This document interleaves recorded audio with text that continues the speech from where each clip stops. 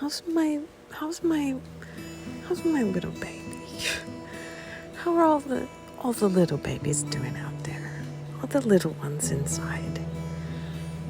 Have you checked in with your little babies? Make sure that everybody's cozy.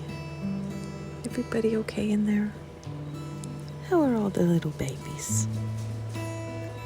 You're the good babies.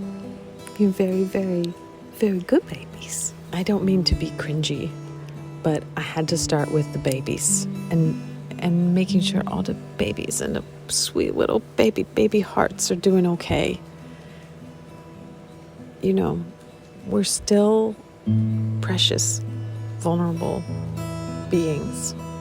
And if you really can't stand the cringiness of my romper room antics, just skip forward for a minute or two here. But I've got to go back to romper room just for a second. Romper, bomper, stomper, boo. Tell me, do. Magic mirror, tell me today.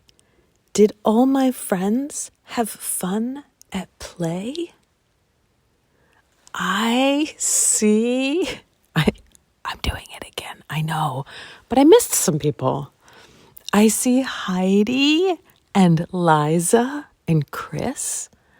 I see Steve and Leela and Allison. I see Jane and Julie and Dave.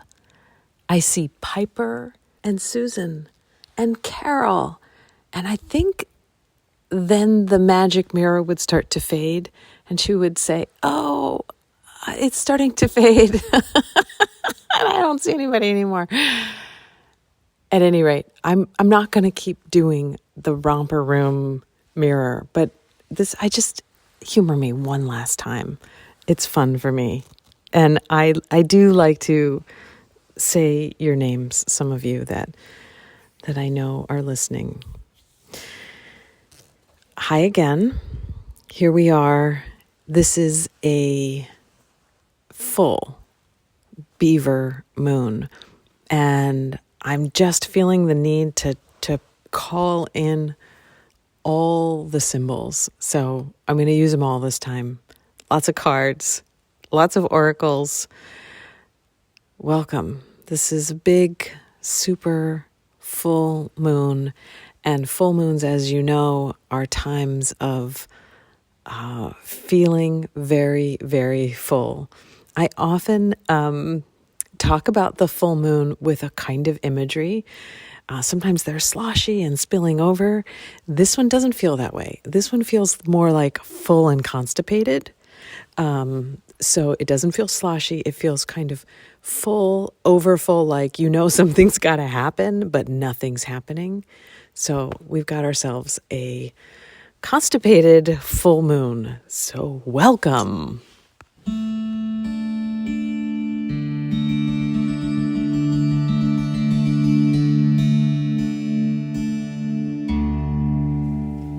What is going on anyway? Nobody seems to know. It's true, maybe I think that we will somehow get answers that put everything into perspective. I think when I'm projecting into the future, there are these answers out there that are sensible.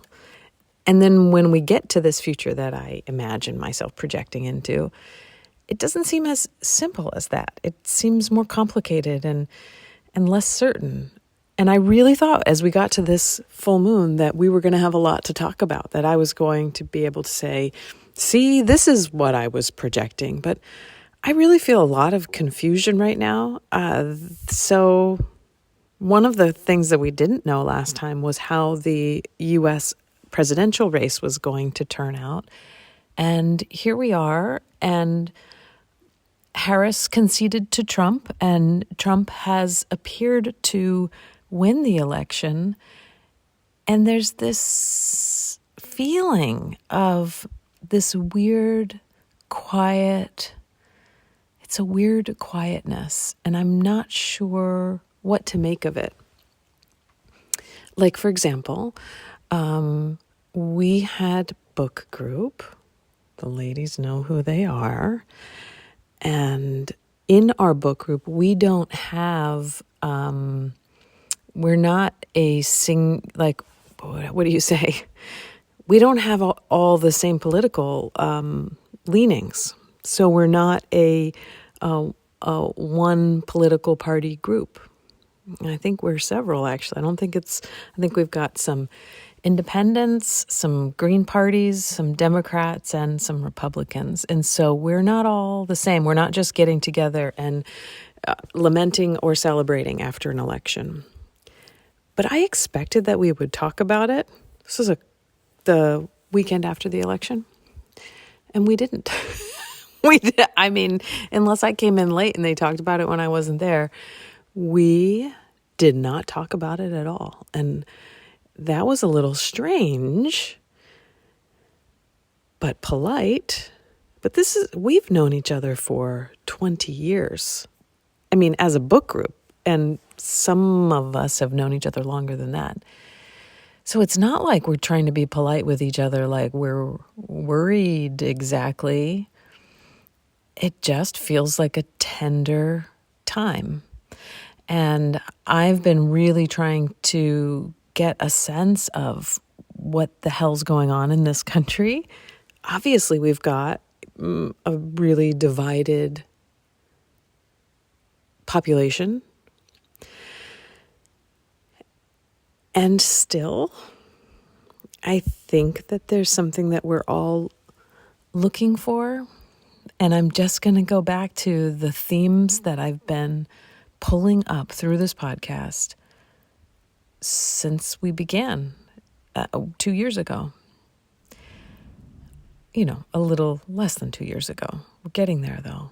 We're really getting close to the end of this year, which will make 2 years. And the themes that I'm remembering, without academically going back and looking at every episode that I've done, are a shift from hoping and expecting that an external authority would save us and take care of us and guide us, to deeply understanding and believing in an inner authority. And I don't think that is anti-religious. I think if you believe in God, God can also be inside of us. But I don't even want to get into that, because I'm not here to change anybody's ideas about their deeply held beliefs and or spirituality.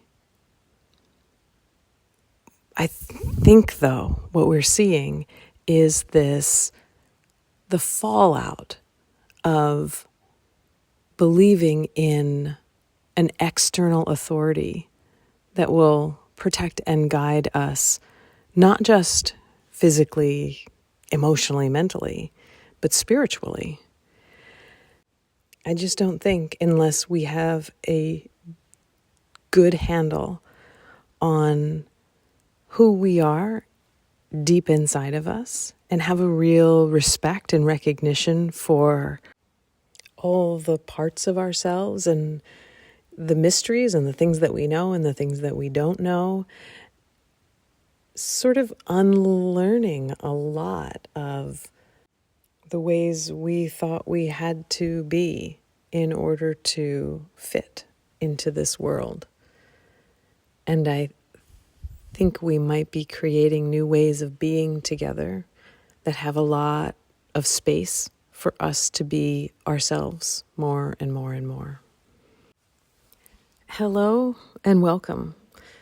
I am your host, Ann Headley, and this is my podcast, What is Going On Anyway?, where I contemplate the current moon, whether new or full. So every 2 weeks I take a look, and I wonder about how universal themes show up for us through these moon cycles, as I reach for some meaning using my intuition and imagination and storytelling to share with you a story of this moment now, I find myself discovering a richness in the simplicity of paying attention to life exactly as it is. Thank you for joining me here. Again, we're here with this full, super Beaver moon. And I described it just a few moments ago as a constipated moon. So these full moons have this sense of overfull, overabundance, so much happening at once, sort of like being on the phone and somebody calls you and then you also get texted and then you get an alert that you've got 10 emails, this kind of overfull feeling. This one doesn't feel spilling over. It doesn't feel sloshy. It doesn't feel stormy. It feels rather stuck, but stuck in that sense of I cannot hold on anymore. Something's got to let go.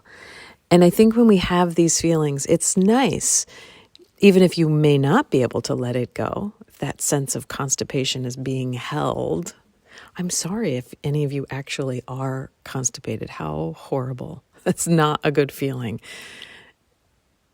I don't know if this projection is simply the feeling of the moment or if there's like some physical components to that. You don't have to tell me. But what we can do with this feeling is imagine what we would let go of given the right moment, the right opportunity. Like for me right now, I'm feeling over full of clothes. I have more clothes than I want to manage, than I want to keep ordered and tidy and clean and repaired. And for some reason, I just haven't felt the opportunity or the moment to do that big sweep out that I imagine. And I'm only kind of doing a little bit at a time. It's not satisfying to the feeling I have of wanting sort of a clean slate in my closet. And probably not just my closet. There's probably like this all-around feeling of wanting to simplify and make the things that I'm responsible for a little bit easier for me to do a good job being responsible for. I feel like I've got too many projects, open projects, and I've got too many material goods that I have said I would be responsible for.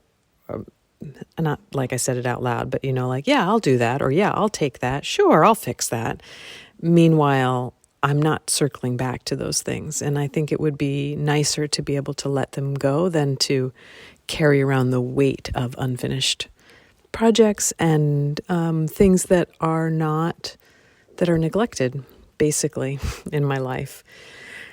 Yet, and I know this, yet there's this feeling of not the right opportunity to do that I'm just a little too busy to get around to doing those things, making those decisions. And even the thing that gets really in my way is like, where do all these things go? What direction do I send them? Who do they go to? How do I do that clearing? I'm kind of confused about that. And so that's me. I'm feeling this sense of needing to offer a pass, that it's also important to go easy. I just texted my sister and said I can't talk. You don't get really these like vocal tones when you text, right? But I said, I can't talk. I'm trying to record the podcast. I'm procrastinating. And she said, go to bed. Full moon's not till tomorrow. You don't need to do the podcast. And she's right. That is the correct response to this full moon, even though I'm not exactly doing that right now. I am probably going to take a break halfway through and pick this up again tomorrow. But the wisdom that I may not be listening to is go easy, that things aren't going to go as planned. And there might be some unexpected things, like tomorrow, one of the plans that I have is to meet someone who's flying in, and I also just got a text that their flight is delayed. So the well-laid plans of meeting and having lunch now have got to be changed. And so we need to be flexible. And I'm just using that as an example of this time, this probably week-ish time around the full moon. I wouldn't expect things to go easy and well. And I can't tell if I wish this or that I think it's going to happen. But I feel like we're in for some things like to be revealed, like we might understand things. And this maybe, I don't know if this is a public thing or if this is just personal revelations or personal, like, oh, I didn't see it that way, or, ooh, you never told me that it was like that. That kind of thing. And maybe in the public sphere too, that we could be, I don't know, some news that reveals something that we didn't understand before, that sort of shifts the way we think about things. That's me just taking a breath, remembering to take a breath.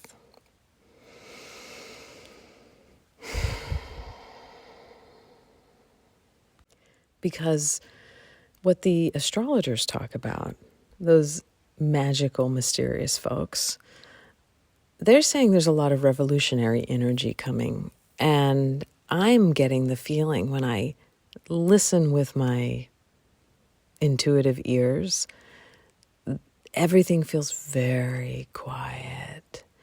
But quiet in the sense of people holding themselves together and kind of waiting. I don't know.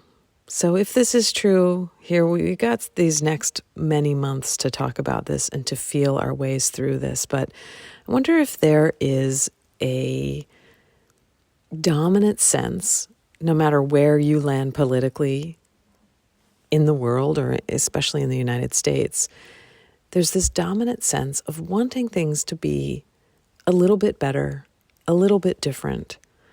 There's this sense of life could be better for us, couldn't it? All which ways. I think that we all agree on that. We just don't agree about how it could be better in some pretty intense and fundamental ways. And I don't see around the corner of that right now. I have friends on both sides politically, and that's pretty challenging to try really hard to see all the sides of this. A few days ago, I wrote this. I have this notebook. The front of it says, "What is going on anyway?" But I wrote this. I'm watching the moon get more full each night. I'm dreading this full moon. Here we are, post-election. We've got a country quite divided. I've got friends on both sides. It feels like we're going through a divorce.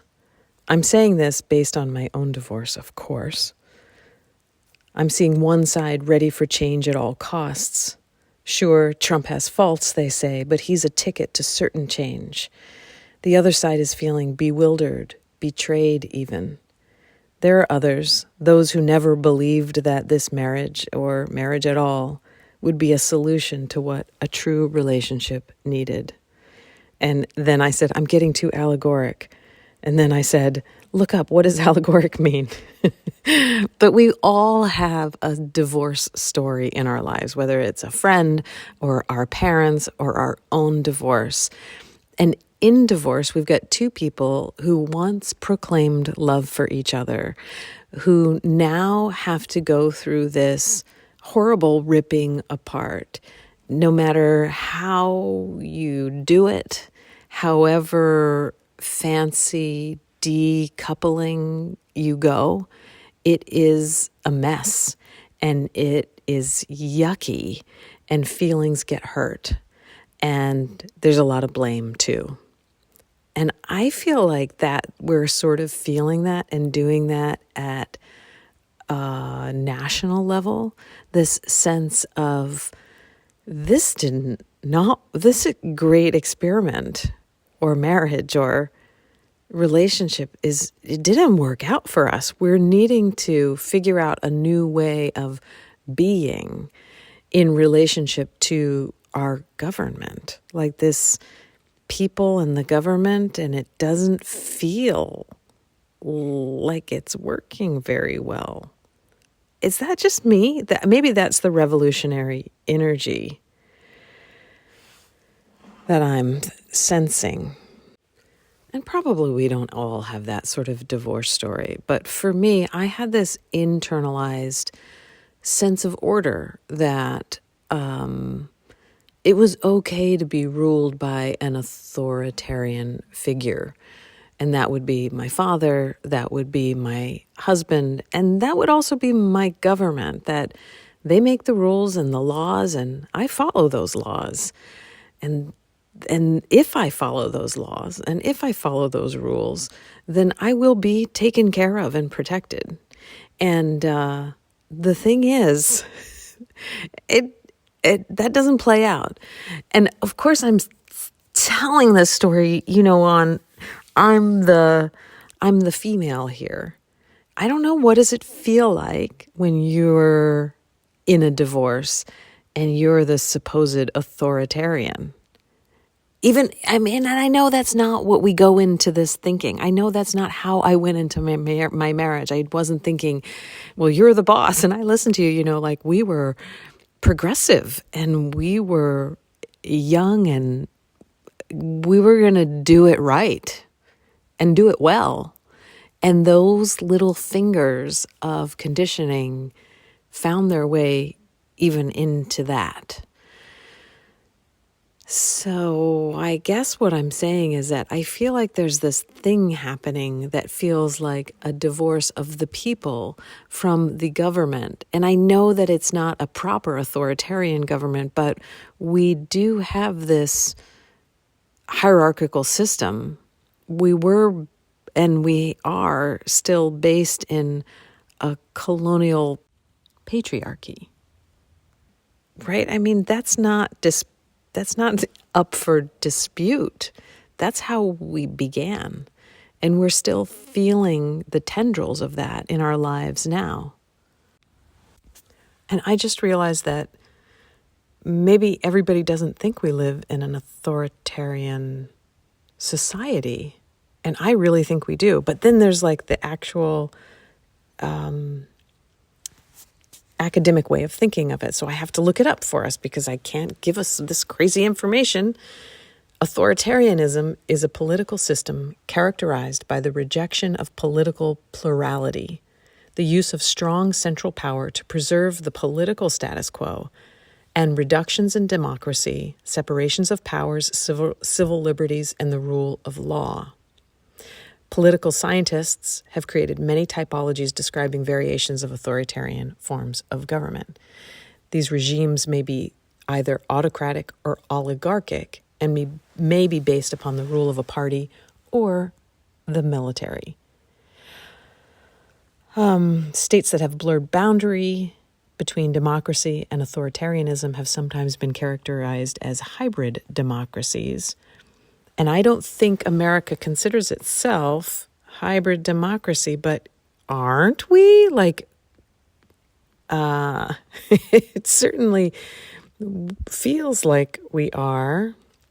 But since I don't know enough about this, and I'm not going to sit here and just I'm actually trying to scroll at the same time.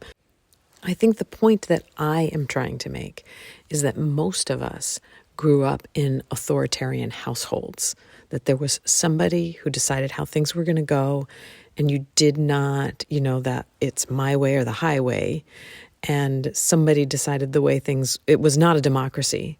There wasn't any family that I had any access to growing up that had a democratic way of being in their homes. The parents, usually one more than the other, was the authority figure. And everybody sort of was pulled and tugged and pushed and squeezed. And at their whim. That's what it felt like to me when I was a kid. And that's the way it was in school. The teacher was the authority. The police were the authority. The law was the authority. I guess I'm describing that. I was a scared little kid. I was like, there are rules, and if you do not follow the rules, you're going to get smacked. And so I just feel like we're all prepared that, even the public school system that is based in the Prussian school system that is teaching you how to be responsive to short bursts of learning and bells and systems and workers. I mean, we were conditioned pretty well. Most folks that have homeschooled have already gone through the Prussian model of education and thought about it. But in case you haven't, I'm going to read this to you. The Prussian model of education was a system of schooling that was developed in the early 1800s and is the basis for many school systems today, including the U.S. system. It was a model designed to create a population of obedient workers and soldiers for the state. Some characteristics of the model include compulsory attendance, standardized curriculum, national testing, teacher training, mandatory kindergarten, division by age, teacher authority, and fixed curriculum. The Prussian model was born out of Prussia's military failings in the Napoleonic Wars, and the goal was to ensure that German soldiers would never disobey an order again. That is the U.S. public school system is based on that system. So that's got to tell you something, right? It's not because it is the most academically adroit. Is that the right word? It's not a flexible system. It's not made for real people and real learners. And real learning isn't, when kids get together, they don't always choose their same ages. They will choose various ages of interest and how they cooperate and learn together. So what I am saying, what I'm trying to get back to is the idea that we might be ready to say, hey, that wasn't my idea of how I thought this beautiful society could go. Obviously, there are people all over the place that have different ideas and ideals, but something feels like it's just bubbling up and coming to the head, not about the schools, but about people's expectations of, if I do this, then I will get this. And the will get this, the equation is not equating. People are not getting their needs met. So I don't think it even matters what of the very few political parties you are for or against in the United States. I think people are grumbly and upset and kind of wanting the same things and looking to different figures to maybe be able to create some change that they're looking for. That's what it feels like to me. So I was sitting here. I did take that break. I slept, and we're here. It's Friday evening. The full moon is full mooning out there, even though it's cloudy where I am. So it's not this bright, beautiful full moon. And I was kind of procrastinating and thinking, I don't know enough to talk about the things that I want to talk about. I need some expert sitting here on my shoulder saying, that's a good idea, Anne, and this means this and this and this. And I am kind of tired and I'm stuck in the energy of this full moon, which is like stuck. So I keep kind of stopping and starting. And then my friend Stephanie just called me and I was like, yes, got to talk to Stephanie instead of do this. And she said, you're not procrastinating. You are waiting for the moment to be right, for the feeling to be right, to share in this way that you've come to share through this podcast. And it was just really sweet and soft, and we had a really lovely time together. And then I had enough oomph to get back to this. I think that's part of this. Maybe there's a bubbling and some unrest and some revolutionary spirit coursing through us. And also, we're allowed to go slow and take good care of ourselves and eat well and sleep well and be on our own. Oh my gosh, I want to cuss so bad. Usually I keep these podcasts clean, but I just want to say that we go on our own fucking time. Like, I can feel that after talking about that model of public school education and that sense of always being on somebody else's schedule and on somebody else's bell and being late. And remember those 5 minutes, or maybe it was 10 minutes between classes, and you had to like rush. And what if you had to pee and you had to get to your locker? And it was so stressful. I can feel it in my body. It was so stressful. And it was always somebody else's random time, but it wasn't my time. It wasn't my friend's time. And yeah, maybe we would never have gotten anything done, but what did we do? Really, really, really? I don't know. This is where I need my little expert on my shoulder to say the statistics of this and this and this mean that your ideas are good. And so all I can do right now is turn, as I do, to the oracle and ask some questions. But what I want to tell you is that I decided to pull some extra cards today before we get to the I Ching. It's like, we need lots of support.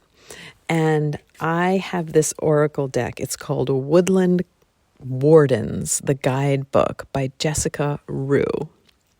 Mostly because I love the illustrations. And the card that we got is called The Bear and Cedar. And it says leadership. So let me read what she's got here. The bear and cedar calls us to be powerful but benevolent, embodying the qualities of a great leader. Bears are emperors of the woodland and guardians of the forest.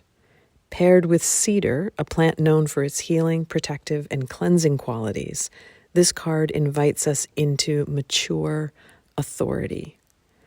Mature authority has got to be rooted inside of us. That's my commentary. The spirit of the bear is guiding you to leadership opportunities and reminding you to rule with fairness and care. In the reverse, you may be experiencing overwhelming challenges. Remember not to be hardened by this.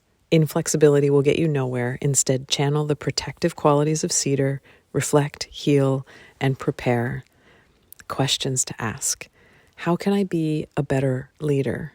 Who can benefit from my knowledge and experience? And because there's those questions, I'm going to offer you a prompt that came across my feed from someone that I don't remember at all, and I didn't write it down. But the prompt was right now, and it was like somebody doing a reading for the full moon, which I'm a total sucker for. Maybe you're a little bit of a sucker for if you're listening to me. The prompt is, what keeps you from your dream life? What is your limiting belief that's keeping you from your dream life, particularly right now? As if this new full moon, I did it. I picked on Jason for saying, is it a new moon or is it a full moon, like testing him? Anyway, this full moon.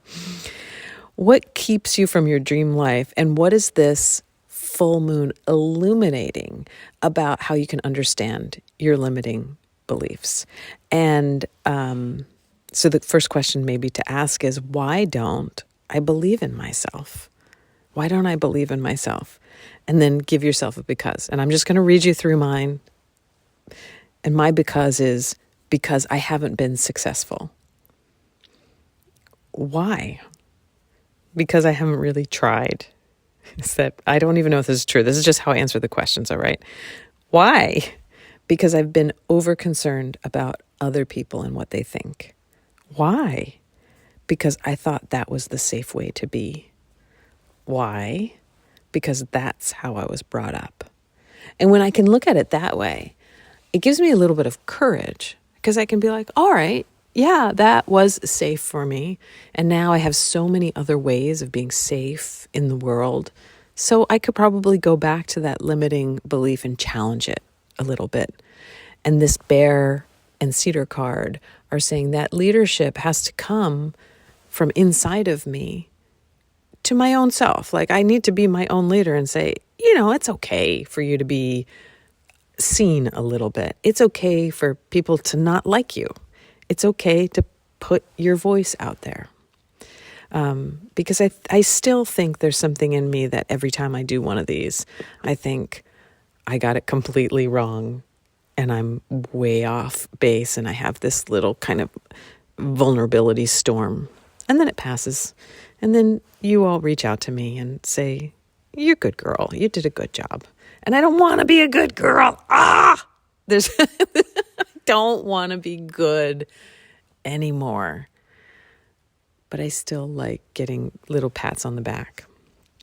I pulled up just because it was silly, and I have these old cards here. The yoga pretzel cards, which are not at all an oracle deck, but it's just something that I used to use with kids when I did kids yoga. I pulled one of the cards as if it was an oracle, and I got the dolphin. And the dolphin is friendly and playful and kind. And if you were going to do this as a physical move, you would start on your hands and knees, curl your toes under, and on your hands and knees, you would drop to your forearms and then clasp your hands together. You still have your knees on the floor and your toes curled under. And then you would take a big breath in and exhale and straighten your knees as much as you like up on your toes and put weight into your forearms and maybe even drop your head to the floor. And that's the dolphin, which I hardly ever bring into my yoga classes, but that's kind of fun and sweet. And again, before we get to the oracle, because this is a beaver moon, I thought we ought to look at what does the beaver mean. And I love the Kim Cran's Wild Unknown. So the beaver is a hard worker, is loyal, tireless, concerned with family first. The beaver personality is a welcome sight. These good-natured and dependable creatures have infinite love and enthusiasm for family and express it by way of the earth element, providing a home and financial stability. And let's just think about this moment in our country and a lot of places around the world where we're looking at coming out of the pandemic and trying to figure things out and trying to get back into life and realizing like nothing's really the same and financial stability does not feel good for a lot of people right now. Providing a home is challenging for a lot of people. Aren't finding homes. They're not finding affordable homes. And people who do have homes are finding it difficult to make ends meet. So this is like this earth element for a lot of people right now is feeling disrupted. Now the earth is feeling disrupted too, and we've got all kinds of things going on. So this beaver energy feels important right now. And back to Kim Krantz. Although a beaver doesn't usually initiate a project, once started, they'll work steadily for weeks, months, or years to see it through. The beaver card appears when the task at hand requires your long-term, steady effort. It can also signify that it's time for some karma yoga or selfless service. And I think whatever it is that we are moving into, whatever this revolution is, even if it's an internal revolution of making decisions of, I'm not going to let my limiting beliefs guide my life anymore. That's revolutionary. That changes our lives from the inside to the outside. And we need that steady beaver focus of, I love working, if you've watched beavers, you know that they just seem to love what they do. And they're fierce and they're like, hey, get out of here. If you get into their working zone. And maybe that's that kind of spirit that we could work for our own dreams, that we could be our own beaver spirit as we move into creating and seeing the world that we want, and not believing that someone with a slightly different way of achieving their dreams is not part of our family. And somehow finding these bridges between us, being curious about why someone made a choice that's different than you made, and trying to figure out where are the places that we still believe and hope and have the same dreams. And for a lot of us, it comes back to our families, our homes, our communities, wanting to keep each other safe and protected and able to pursue freedom and happiness. I mean, we all really want that. Okay. This is much longer than I expected. It's time to get into the oracle reading. So as we go into this, it's time for you to ask your own question and let the answer be for you. What is the question that you're holding in your heart? If I'm right about this moon and we're all just a little constipated in a little bit of a holding pattern, don't we want to know which direction the letting go is going? Don't we want to know how to do the letting go? Sometimes it's just a matter of giving ourselves the space and the ease to let the letting go happen on its own. So what would you ask if you could ask anything? And as you're asking this of the oracle, this is a side note that I should probably add later, but I don't want to. Could you get better at asking questions? I realize when I have this emphatic way of asking, there will be a point when I'm listening back to this, not right away, but later, and I know that I'm asking myself, and I want to know. It's like, well, why are you holding out on me? But ask and get better at asking questions, because the asking questions gets rid of the riffraff of the questions. Like, we've got some really silly questions in us that aren't the real questions, sort of like what I did with that limiting belief. You need to keep asking why. Why? Where is this coming from? Where are these voices inside coming from that are really uncomfortable and pushy and nosy and mean and critical? Where are they coming from? And can we get into the heart of it so that we can say, oh, you're coming from a long way back, and I don't actually need you so much anymore. And I'm glad that you're here with me, and thank you for trying to keep me safe, but it's okay to step aside while I do some of this fun stuff. And you're going to want to be on this ride with me, because this is going to be really fun. Okay. So ready for the question. Dear I Ching Oracle, I love the way you bring light to the questions that I have. So what would you have us know about this full Beaver moon? We get hexagram 28, great exceeding.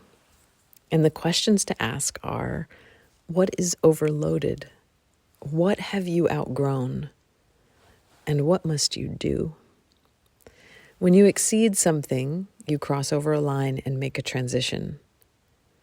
The traditional Chinese house has a structure like an old-fashioned tent, uprights supporting a horizontal ridgepole, and all the weight of the roof and walls is suspended from there. Here, the ridgepole's limits have been exceeded. The supporting framework is no longer adequate to the weight it's asked to bear. This means stress and also a greatness of spirit and purpose that goes beyond the scope of the situation. It is fruitful to have a direction to go, to reach out imaginatively and explore.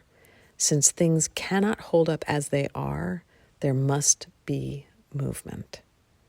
Perfect. I love it.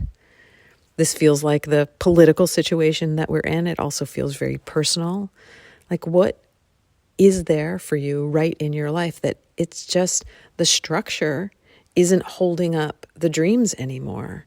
So we're going to need to go exploring and innovating new structures that hold bigger and better dreams. And that makes sense. And I feel like my ancestors are behind me here, supporting this idea. It's like, yeah, the old structure was never meant to hold the bigger, better, new dreams. Of course, you need to explore and innovate new ways of holding that. And interestingly, this is an unchanging hexagram. So let's see what that has to say. I only have this one mysterious book that tells me about the unchanging lines, because I'm also not an I Ching scholar. I'm sure that there are other people that talk about what it means to have an unchanging hexagram. But I love this one by R.L. Wing. That's a mysterious story too. Nobody really knows who R.L. Wing is, but the I Ching workbook. So, great exceeding, also called critical mass and preponderance of the great, which I think is lovely. Preponderance of the great. In an unchanging form, the time of critical mass, great exceeding, suggests that you may have to act alone and firmly during the onslaught of these weighted times. The steady efforts of the lower trigram hold firmly, while the upper trigram excess predominates above. There are times when too much of even a good thing is just too much. I don't love it, but I think the wisdom here is, in these times, as things feel stressful, you are the one that acts for you. I think it's really important not to look to other people to meet the needs that we are perfectly capable of meeting for ourselves, so that we've got the strength and the inner reserve to act together when the time is right. Okay, that's it. That's all I've got. I think that's all I've got. I'm tired. I want to follow my own guidance, which says it's okay to rest. It's okay to do a crappy podcast. You can just do it and be done with it. There is going to be another new moon. I no longer believe I'm going to know more. Like, I remember the last podcast, I was like, oh, everything's going to make sense after this election. And I was not right about that. So, yeah, I'm going to rest. I wish you well. I hope that you find the rest that you seek. I hope that you find the forgiveness for your own limiting beliefs, and that little spark of joy and inspiration and wondering about what could be better if I could change anything about my personal home life and the greater world around me. What would it be? What would I dream of? You don't even have to tell anybody, but just know what your dreams are, because I think we all kind of contribute to a bigger dream, and I think that's important. So until next time, you can reach out to me at www.annheadley.com. You can support me on Patreon, or it turns out you can support me on Spotify too if you want to. Patreon is www.patreon.com/watermoonstudios. To be honest, there's not a whole lot that goes on there, but it is a way that you can reach out and support me if you like to do things that way. You can find me on Instagram as well if you want to reach out to me that way and see some of the images that move through my life. That's just at Ann Headley, ANNHEDLY. Okay, may you be well, and may you know peace. May all beings everywhere, whether known to me or unknown, be well, and may they know peace. Bye for now.